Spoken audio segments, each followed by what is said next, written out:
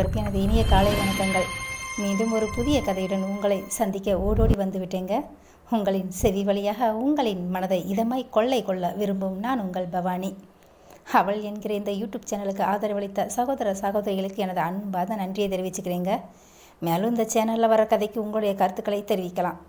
உசிரையை தொலைச்சேன் உனக்குள்ள நாவலுக்கு கருத்தை தெரிவித்த மீனு அன்பு என்ற தோழிக்கும் கார்த்திக் என்கிற தோழருக்கும் எனது மனமார்ந்த நன்றியை தெரிவிச்சுக்கிறேங்க. இந்த கதையை கேளுங்க, லைக் பண்ணுங்கள், உங்கள் ஃப்ரெண்ட்ஸ் அனைவருக்கும் ஷேர் பண்ணுங்கள். உங்களுடைய கருத்துக்களை கீழே இருக்கிற கமெண்ட்ஸ் பாக்ஸில் பதிவிடுங்க. இந்த சேனலில் வர்ற வீடியோ உடனுக்குடன் உங்களுக்கு நோட்டிஃபிகேஷனாக வரணும்னா சைடில் இருக்கிற பெல்லைக்கான தட்டி விட்டுருங்க. அப்படியே சப்ஸ்கிரைப் பண்ணிவிடுங்க. இதுவரை கதை கேட்டவங்க சப்ஸ்கிரைப் பண்ண மறந்துருந்தால் உடனே மறக்காமல் சப்ஸ்கிரைப் பண்ணிவிடுங்க. ரொம்ப நேரமாக பேசி உங்கள் பொறுமையை சோதிக்கிறேன்னு நினைக்கிறேன். சரி வாங்க போவோம் கதைக்குள்ள. இரவோ பிரிய மனம் இல்லாமல் நிறம் மங்கி கொண்டிருக்க வானில் பறவைகள் இங்கொன்றும் அங்கொன்றுமாய் பறந்தபடியே இருப்பை தெரிவித்த அதிகாலை வேளையில் பாவாடை சரசரக்க பாத ஓசை கலகலக்க இவள் பாதம் பட்டதும் நுனிப்புல் மீது ஊஞ்சலாடிய பனித்துளி கூட ஓவிய பாவை அவள் தீண்டலில் சிலிர்த்து தெரித்து உடைந்து இவள் பாதம் நனைத்ததென்ன. மண்ணில் வந்த நிலவாய் நீ. அத்தியாயம் 1. அதிகாலை மணி 4 தான் ஆகியிருந்தது. இருந்தும் அந்த பகுதியில் உள்ள வீட்டின் பெண்கள் எழுந்து விட்டார்கள் என்று வீட்டின் முன்னே உள்ள குத்து உரலில் உலக்க இடிக்கும் சத்தத்தோடு பெண்களின் பேச்சு சத்தமும் சிரிப்பு சத்தமும் கேலியும் வைத்தே தெரிந்தது. அதற்கு முன்னரே இரு வீட்டு பெண்கள் கம்பு இடித்து விட்டு போயிருக்க அடுத்தபடியாக இப்பொழுது குத்து உரலில் இருந்த உலக்கையை பிடித்து கொண்டே குனிந்து லேசாக சிதறிய ஊற வைத்த கம்பினை உள்ளே தள்ளிவிட்டபடியே, ஏண்டி அம்சா, உன் வீட்டு வாயாடி இன்னும் எழுந்திருக்கலையா என நீலவேணி அம்சவல்லியை பார்த்து கேட்டார். அடுத்து அந்த உரலில் இடிப்பதற்காக ஊற வைத்த கம்பினை அரித்து இன்னொரு பாத்திரத்தில் எடுத்து வைத்து கொண்டிருந்த அம்சா நீலவேணியை பார்த்து, எங்க அவ அக்கா அப்பவே எழுந்திரிச்சு சிம்னி விளக்கில் படிச்சுட்டு இருக்கா. இந்த சின்ன புள்ள சரியாக 5 மணிக்கு தான் எழுந்திருப்பேன்னு எழுப்புனா திரும்பவும் படுத்துட்டா என்றார். சரி விடு, சின்ன பிள்ளை தானே, போக போக சரியாயிடுவா என்று சொன்ன வேணி உலக்கையை அருகில் இருந்த திண்ணையில் வைத்துவிட்டு எடுத்த கம்பினை பாத்திரத்தில் எடுத்து வைத்து கொண்டே, இந்த 5-6 வீடு மட்டும் ஊரை விட்டு உள்ளே தள்ளி இருக்கதால் கரண்டுகளுக்கு என்னமோ நாம தான் போஸ்ட் மரம் உண்டணும்னு சொல்லவும் அப்படியே விட்டாச்சு. ஆனாலும் என்னண்டுதே நம்ம மூத்தவர்கள்லாம் எப்படி கரண்ட் இல்லாமல் சமாளிச்சாவளோ தெரியலை என்றவர். சரி அம்சா, நீ இடிச்சிட்டே இரு, நான் போய் கூளை காய்ச்சிட்டு இருக்கேன். செத்த போகும்போது உன் வீட்டு வாயாடிய ஒரு சத்தம் கொடுக்க சொல்லு, ஓடி வந்துவிடுதேன் என வேணி சொல்லி நடந்து சென்று விட்டார் அவரது வீட்டிற்கு. இப்பொழுது அந்த மண்ணெண்ணெய் விளக்கு வெளிச்சத்தில் தனியாக அம்சவல்லி மட்டும் கம்பை இடிக்க ஆரம்பித்தாள். கம்பை இடித்து முடித்த பின் வீட்டிற்குள் நுழைந்தார் அம்சவல்லி. அப்பொழுது தன் மூத்த மகள் படித்து கொண்டிருப்பதை கண்டவர், செவந்தி, இன்னும் படிச்சுட்டு தான் இருக்கியா? ஆமாம், சின்ன முல்லை எழுந்திருக்கலையா கண்ணு என கேட்டார் ஹம்சவல்லி. முல்லை தூங்கட்டுமேம்மா, இன்னும் நேரம் இருக்குல்ல. அம்மா, இன்னும் கொஞ்சம்தான் இருக்குது, நான் படிச்சுக்கிறேனே. என் கூட படிக்கிற பிள்ளைவெல்லாம் நல்லா படிச்சுட்டு வருவாளுக, இன்னையோட பரீட்சை முடிஞ்சிடுமா என தாயின் முகத்தை பாராமல் புத்தகத்தை பார்த்தபடியே செவந்தி சொல்லி கொண்டிருந்தாள். வீட்டில் அந்த சீமத்தண்ணி தீர்ந்து போச்சு கண்ணு, கம்பு இடிக்கக்கூட வேணி அக்கா வீட்டு விளக்கு வெளிச்சத்தில் தான் இடிச்சிட்டு வந்தேன் என மெல்லிய குரலில் அம்சா சொன்னார். ஏம்மா, நான் வேணும்னா சீமத்தண்ணி ஊருக்குள்ளே இருக்கிறவங்க கிட்ட கேட்டு பார்க்கட்டா என செவந்தி புத்தகத்தில் இருந்து லேசாக கண்களை உயர்த்தி தன் தாயை பார்த்து கேட்டாள். இல்லை புள்ள செவந்தி, இந்த 2 வாரமாக வேலைக்கு போன தோட்டத்தில் இன்னும் சம்பள காசு கொடுக்கல. நானும் ஊருக்குள்ளே இருக்கிற காமாட்சி கிட்ட சீமத்தண்ணிக்கு சொல்லித்தான் வச்சுருக்கேன்.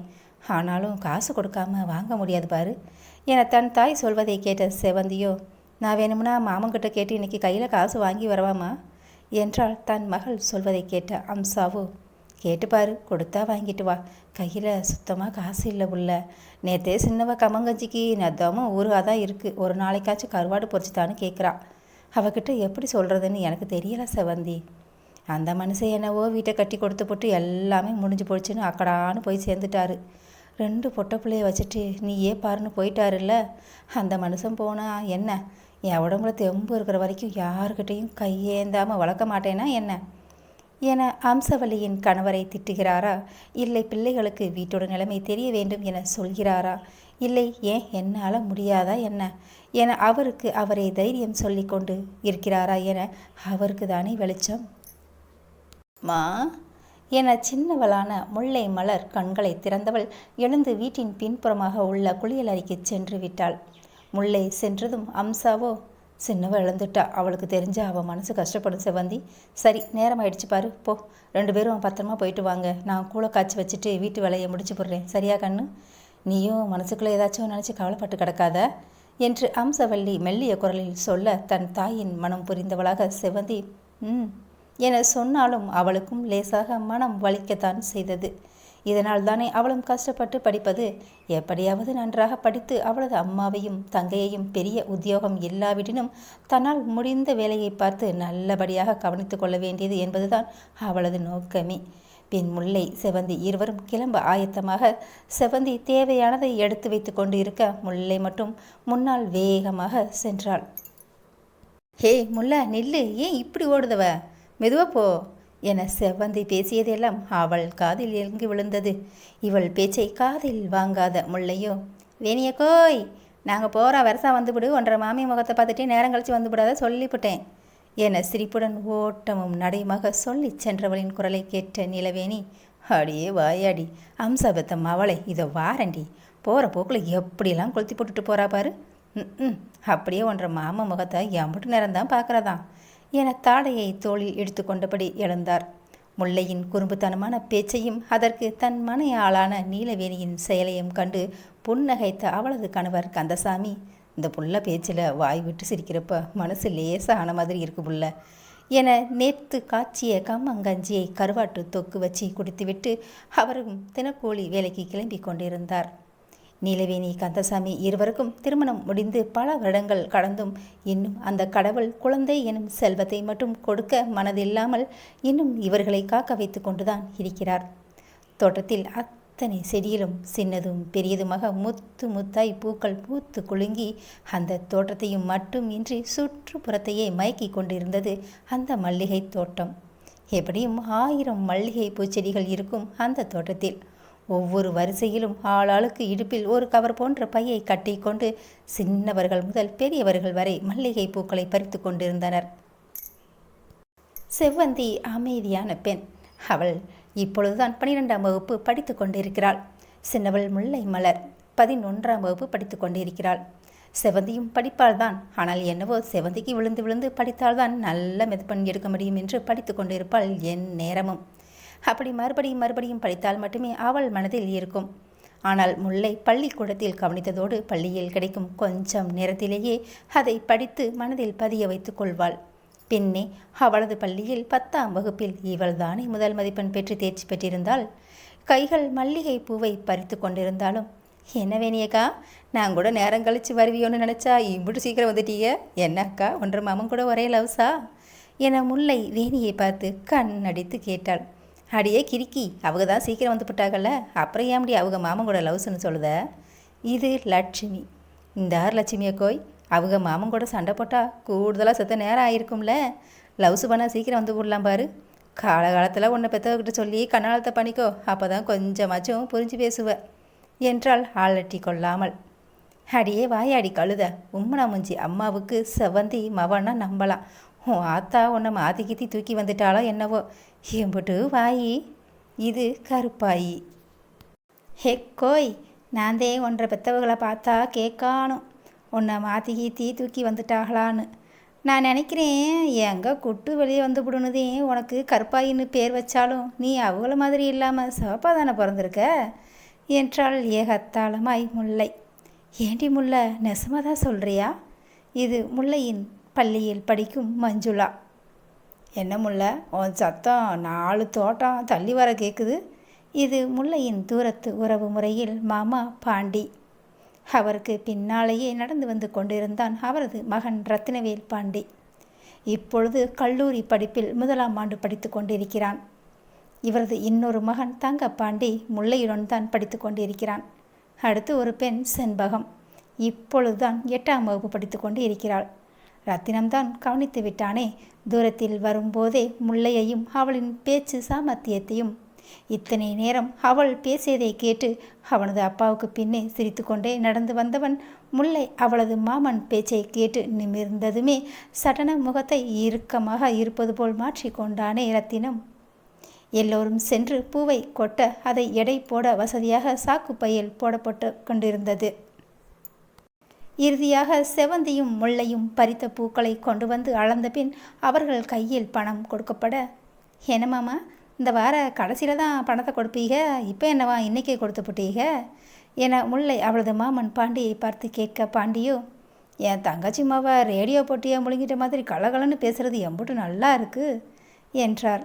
அதெல்லாம் இருக்கட்டும் மாமா, நீங்கள் கடப்பாறையை காணோம்னு தேடிட்டு இருந்தீங்களே, கிடச்சிதா என பாண்டியிடம் முல்லை கேட்க, இன்னும் கிடைக்கலையே மருமவளே என சொல்ல, முல்லையோ, நான் எப்படி ரேடியோ போட்டியை முழுங்கினதா கண்டுபிடிச்சிங்களோ அதை போல் உங்கள் மகனும் கடப்பாறையை முழுங்கியிருக்கலாம்ல, எப்போ பார்த்தாலும் இம்புட்டு வரப்பா நிற்கிறாக என்றாள். பாண்டியும் தன் மகன் முகத்தை பாவமாக பார்த்தாலும் முல்லையின் பேச்சை கேட்டு சிரிக்காமல் இருக்க முடியவில்லை அவரால். ரத்தினத்தாலும் சிரிப்பை அடக்க முடியாமல் தான் நின்று கொண்டிருந்தான். ஆனால் மகனுக்காக சிரிக்க முடியாமல் இருக்க முடியுமா என்ன? வாய் விட்டு சிரித்தே விட்டார் பாண்டி. ரத்தினமோ முல்லையை பார்த்து முறைக்கிறானா இல்லை ரசிக்கிறானா என அவனுக்கு தானே தெரியும். என் பணத்தை எப்பவும் போல அக்கா கிட்டேயே கொடுத்துடுக மாமோய் என்ற முல்லை இன்னும் தன் அக்கா வராமல் இருக்க தூரத்தில் செவந்தி நடந்து வருவதை பார்த்தாள். ஏ செவந்தி, இனிமா நடந்து வர வெரசாவா, பள்ளிக்கூடத்துக்கு நேராகுதில்ல என கத்திய கத்தில் பாண்டியோ, மாமனோட கதை செவிடாக்கி விடாத மருமவளே என்றார். ஒரு அசட்டு சிரிப்பு சிரித்த முல்லையோ, அக்காவுக்கு கேட்கணும்ல மாமோய் என்றவள் அருகில் நின்றிருந்தவன் தனது சுட்டு விரலால் காதை குடைந்து விட்டதை கூட கவனிக்காமல் போய்விட்டாள். அதற்குள் முல்லை ஓடிச் சென்று அவள் பூ பறித்து வைத்திருந்த பையை வாங்கி ஓடி வந்தவளை தான் பார்த்து கொண்டிருந்தான் ரத்தினம். மெலிதான தோற்றம் கொண்டவள்தான். இப்படி இருந்துக்கிட்டு இவளால் மட்டும் எப்படி தான் இந்த பேச்சு பேச முடியுதோ, காது கிழியுது, இவளுக்கு வரவையும் காது செவிட போனாலும் ஆச்சரியப்படுறதுக்கு இல்லை என்று ரத்தினம் நினைத்து கொண்டிருக்க, ஐயா ராசா, உனக்கே இம்புட்டு ஆசை, இது அவனோட மனசாட்சி. முகத்தை மட்டும் கழுவி ஒரு சிறிய கருப்பு பொட்டு மட்டும் வைத்திருந்தாள் முல்லை. அதிலேயே பார்ப்பதற்கு பளிச்சென்று அழகாக தான் இருந்தாள். நேற்று பள்ளிக்கு செல்லும்போது போட்டிருந்த இரட்டை ஜடைதான் போல. இருந்தாலும் அந்த அடர்ந்த ஜடை பின்னல் மடித்து கட்டியிருந்தும் முன்னால் முழங்கையை தொடும் அளவுக்கு நீண்டுதான் இருந்தது. ஆண் பிள்ளை சட்டை அணிந்து பூ போட்ட பாவடையை ஒரு பக்கமாக இடுப்பில் ஏத்தி சொருகியிருந்த அழகு கூட தனிதான். என்ன அந்த கால்களில் கொலுசு போட்டிருந்தால் இன்னும் இதைவிட அழகாக இருந்திருப்பாளோ என ரத்தினத்தின் மனம் அவளை ரசித்தபடி பார்த்து கொண்டிருந்தது. டே ரத்தினம், என்ன பண்ணிட்டு இருக்க, நீ பண்ணுறது உனக்கே தப்பா தெரியலை என மனம் இன்னொரு புறம் காரி துப்ப, ஏன் அவ என் அப்பாவை மாமான்னு தானே கூப்பிடுறா, அத்தை மகளை பார்க்கறது தப்பு இல்லை, தப்பா பார்க்கறது தான் தப்பு என்றவனை, யாரு இவ உன் அத்தை மவனா, அதோ வர பாரு, அப்பா அவ யாரா என மனம் சொல்ல, அப்பொழுதுதான் தூரத்தில் பார்த்தான் ரத்தினம். மூச்சிறைக்க ஓடி வந்தவள், மாமா, நம்ம செண்பகம் பெரிய மனுஷி ஆயிட்டாளாம், அத்தை உங்ககிட்ட சொல்லிட்டு வர சொன்னாங்க என்றாள் தென்றல். ஆம், ஓடி வந்தவள் பாண்டியனது உடன் பிறந்த தங்கையான பாவையின் மகள்தான். தென்றலும் அருகில் நின்றிருந்த தனது மாமன் மகனை தான் பார்த்தாள். இவன்தான் அதை கண்டு கொண்டதாகவே தெரியவில்லை. தென்றல், தங்கப்பாண்டி, முல்லை இவர்கள் மூவரும் ஒன்றாகத்தான் படிக்கிறார்கள். செவந்தியிடம் பணத்தை கொடுத்துவிட்டு கிளம்பிய பாண்டியோ அருகில் நின்றிருந்த தன் மகனை பார்த்து, எல்லா ரத்தனம் பூவை டவுனில் போட்டுட்டு வந்துடு, நான் வீட்டுக்கு போகிறேன், கவனம்ல சரியா என சொல்லிவிட்டு கிளம்பினார் வீட்டுக்கு. சரிங்கப்பா, நான் பார்த்துக்கிடுதேன் என ரத்தினம் சொல்லவும் பாண்டி நடக்க அவரை பார்த்து நீலவேணி, ரொம்ப நன்றிங்கண்ணா என சொன்னார், அவருக்கு மட்டுமே கேட்கும்படி. ஆம், இன்று அதிகாலை அவர் நேற்று இரவு செய்து வைத்திருந்த கருவாட்டு தொக்கினை முல்லைக்கு பிடிக்கும் என கொடுக்க போகும் சமயத்தில்தான் அம்சாவும் அவரது மகள் செவந்தியும் பேசுவதை கேட்டிருந்தார் நீலவேணி. அடுத்து ரத்தினம் அருகில் இருந்த அவர்களது தோட்டத்தில் செண்டுப்பூ மற்றும் ரோஜா பூக்களையும் பறித்து விட்டார்களா என பார்த்துவிட்டு கருவேப்பிலை, முருங்கை இலை, முருங்கைக்காய் என அனைத்தையும் அவர்களது மினி வேனில் வேலைக்கு இருந்த ஆட்களின் உதவியால் ஏற்றி முடித்திருந்தான். அதற்கு பின் வீட்டில் போய் குளித்துவிட்டு அவனது அம்மா கொடுத்த சிறிது சிறிதாக அறிந்த வெங்காயம் போட்ட கம்மங்கூளை குடித்துவிட்டு இரு வேலையாட்கள் துணையுடன் அதே வேனிலேயே அவனது கல்லூரிக்கும் கிளம்பியிருந்தான். இது ரத்தினத்தின் கல்லூரி படிப்பு மதுரையில் ஆரம்பித்ததில் இருந்து வழக்கமாக இருந்தது. என்ன, இன்று அவனது அப்பா பாண்டி அனைத்தையும் ஏற்றுவதற்கு அருகில் நின்று இருக்கவில்லை, அவ்வளவுதான். வீட்டிற்கு சென்ற செவந்தி பணத்தை தன் தாயிடம் கொடுக்க அவரும் அதை கண்ணில் ஒற்றிக்கொண்டு பின் தன் மகள் செவந்தியை கண்களில் நீரோடு பார்த்தார். செவந்தியும் அதே நிலையில்தான் தன் தாயை பார்த்து கொண்டிருந்தாள். மா, மதியத்துக்கு டிஃபனில் சோத்துக்கு என்ன வஞ்சனமாக வச்சுருக்க? வெங்காயம் பச்சை மிளகா வதக்கி வையுமா என்ற முல்லையின் குரலில்தான் இருவரும் அங்கு முல்லை இருப்பதையே உணர்ந்தார்கள். இருவரும் அவளுக்கு தெரியாமல் கண்களை துடைத்துவிட்டு முல்லையை பார்க்க அவளோ அவளது பேனாவுக்கு மையை ஊற்றி கொண்டிருந்தால் தலையை குனிந்தபடி. அப்பாடா, இவன் நம்மளை கவனிக்கல என நினைத்து கொண்டார்கள் அவர்களுக்குள்ளாகவே. ஆனால் யாரும் அறியாத ஒன்று, முல்லை அவளது மாமா பாண்டியிடம் வம்பு வளர்ப்பது போல் கேட்டிருந்தாள் பணத்தை. மாமோய், இந்த மருமவளுக்கு தினமும் ரோசாப்பூவை பறிச்சிக்க சொல்கிறீர்கள்ல, ஏன் இந்த மருமவளுக்கு மட்டும் தினமும் பூ பறிக்கிற காசை கையில் கொடுக்கலாம்ல? உங்கள் மருமவை ஏதாவது படிக்கிறதுக்கு தேவையானதை வாங்கிக்கிடுவோம்ல என ஜாடை மாடையாக கேட்டிருந்தாளே. முல்லையும் தன் அம்மாவும் அக்காவும் காலையில் பேசியதை கேட்டிருந்தாள். அதைவிட இப்பொழுது இவர்கள் இருவரும் இவளுக்கு தெரியாது என கண்கள் கலங்குவது அவளுக்கு என தெரியாமலா போகும்? அட, அம்மாவும் பொண்ணும் கண்ணுலையே என்ன பேசிக்கிறீங்க என்று நக்கலாக பேசிக்கொண்டே குளித்துவிட்டு உடுத்த பள்ளி யூனிஃபார்மை எடுத்துக்கொண்டு நகர்ந்தவளை பார்த்தாள் செவந்தி. ஏன், நான் போகணுன்னா நீ யாரா என்று மூக்கை முல்லைக்கு தெரியாமல் லேசாக உறிஞ்சியபடி கேட்க, அப்படியா, அது இருக்கட்டும், கடைசி பரீட்சைன்னு சொல்லிவிட்டு இப்படியே நிற்கிறவ, போ பரீட்சைக்கு தேவையானதை எடுத்து வை, நான் இதோ குளிச்சுட்டு வந்துடுதேன் என்ற முல்லையிடம், சரிங்க பெரிய மனுஷி என்ற செவந்தி பரீட்சைக்கு தேவையானதை எடுத்து வைக்க ஆரம்பித்தாள். சின்னவளே, மத்தியானத்துக்கு வேணியக்கா கொடுத்துட்டு போன கருவாட்டு தொக்கை தான் எடுத்து வச்சிருக்கேன், சாப்பிட்டுக்கோ என்றபடியே அம்சா களை எடுக்கும் வேலைக்கு கிளம்பி கொண்டிருந்தார். மோய், நீ மதியத்துக்கு என்ன கொண்டு போகிற, சொத்தை தானே என்று முல்லை கேட்க, ஆமாண்டி, அப்படியே அவள் அப்பனை மாதிரியே அரட்டுறது என்ற அம்சா சிரித்து கொண்டே சென்று விட்டார்.